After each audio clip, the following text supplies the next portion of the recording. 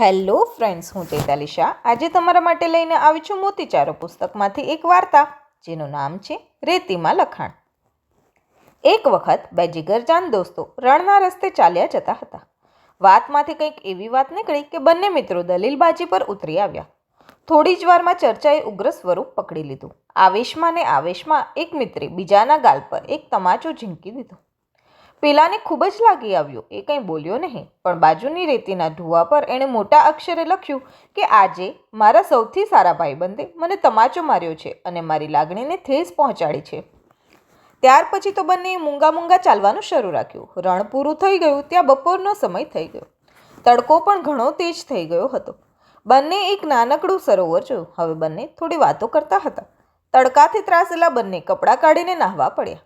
જેના ગાલે તમાચો પડ્યો હતો એ મિત્રનો પગ અચાનક સરોવરના તળિયે આવેલા કાદવમાં અને વેલાઓમાં ફસાઈ ગયો.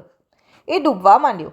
જેણે એને થોડીવાર પહેલાં જ લાફો મારેલ એ મિત્રે પોતાની જિંદગીના જોખમે ડૂબતા મિત્રને બચાવ્યો. એટલી વારમાં તો પેલો ઘણું પાણી પી ગયો હતો.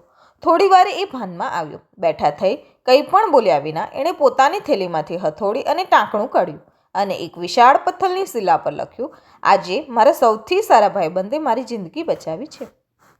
પેલા મિત્રે આશ્ચર્ય સાથે પૂછ્યું કે મેં તને તમાચો માર્યો ત્યારે તે રેતી પર લખ્યું અને હવે તું પથ્થર પર કેમ લખે છે?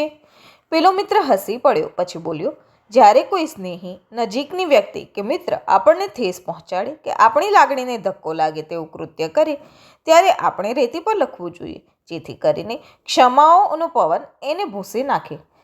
પણ એ જ લોકો જો આપણા માટે કોઈ પણ મોટું કે મદદનું કામ કરે ત્યારે આપણે એને યાદદાસ્તના પથ્થર પર કોતરીને હૃદયના સિંહાસન પર સ્થાપવું જોઈએ, જેથી કોઈ પણ પવન તો શું તોફાનો પણ એને ન મિટાવી શકે. બંનેની આંખમાં જળજળિયા આવી ગયા. ચાલો મિત્ર, આજે આટલું જ. ફરી મળશું નવી વાર્તા સાથે. ત્યાં સુધી ચેનલ સબસ્ક્રાઈબ કરી દેજો અને નોટિફિકેશન્સ ઓન કરી નાખજો. વિડીયોને લાઈક જરૂર કરજો. Bye bye.